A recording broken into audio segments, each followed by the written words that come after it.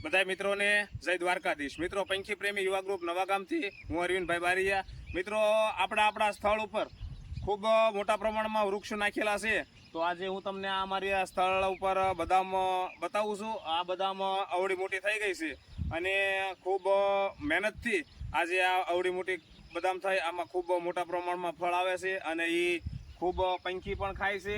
તો મિત્રો, બીજું વૃક્ષ એવું મોટું જબરજસ્ત થઈ ગયું છે। તો આ વૃક્ષ છે આપણે ઉમરાનું। તો મિત્રો, આ વૃક્ષ પણ ખૂબ મોટા પ્રમાણમાં તમે જુઓ ઘણું બધું મોટું થઈ ગયું છે। હવે આમાં નાના નાના પેપા એટલે એના ફળ આવવા મળ્યા છે।